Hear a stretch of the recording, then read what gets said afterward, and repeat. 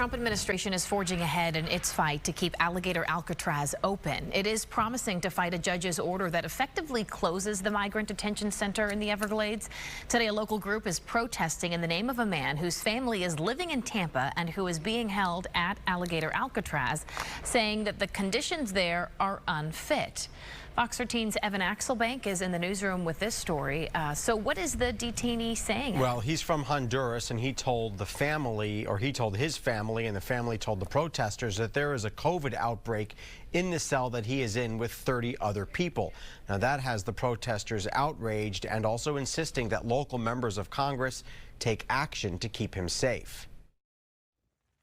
The ripple effects of Alligator Alcatraz are being felt hundreds of miles away. What do we do? Stand up, fight back! Protesters outside Congresswoman Laurel Lee's Tampa office are furious over the treatment of Josue Galvez, a Tampa father and husband who was arrested for driving without a license.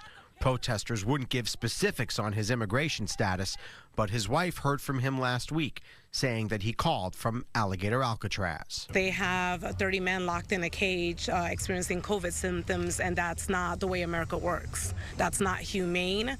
They haven't had due process, and we're not going to tolerate that. Protesters are also harping on the revelations that Alligator Alcatraz is being phased out after a federal judge found it violated environmental law. She insisted it be closed within 2 months. State officials have said that the population will be down to 0 within a few days. Protesters say Josue is one of 100 still there. It's a waste of money, and if we're talking about waste, fraud, and abuse, that is a great example of how we can waste taxpayer dollars. The governor says the population has gone down because ICE is either deporting or moving individuals to other facilities faster than Florida can bring them in.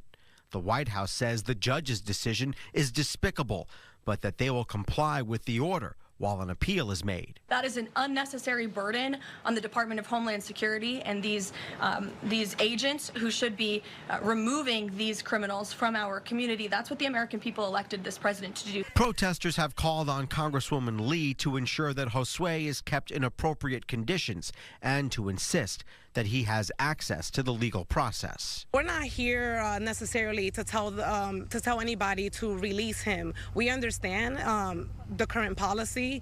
We're just here to say that this can be done in a humane way, in an American way. Congresswoman Lee released a statement to Fox 13 that says they've been contacted about Josue by someone who is not a family member of his. They say they immediately provided instructions for the required form that they have to fill out. They say they have not received that form yet, but as soon as it arrives from Mr. Galvez, we stand ready to act swiftly to ensure his concerns are addressed. The state said to us that he indeed has access to medical facilities and treatment. The state of Florida also says reports of an outbreak of COVID or a respiratory disease there are false. Allie? All right, Evan Axelbank in the newsroom tonight. Evan, thank you.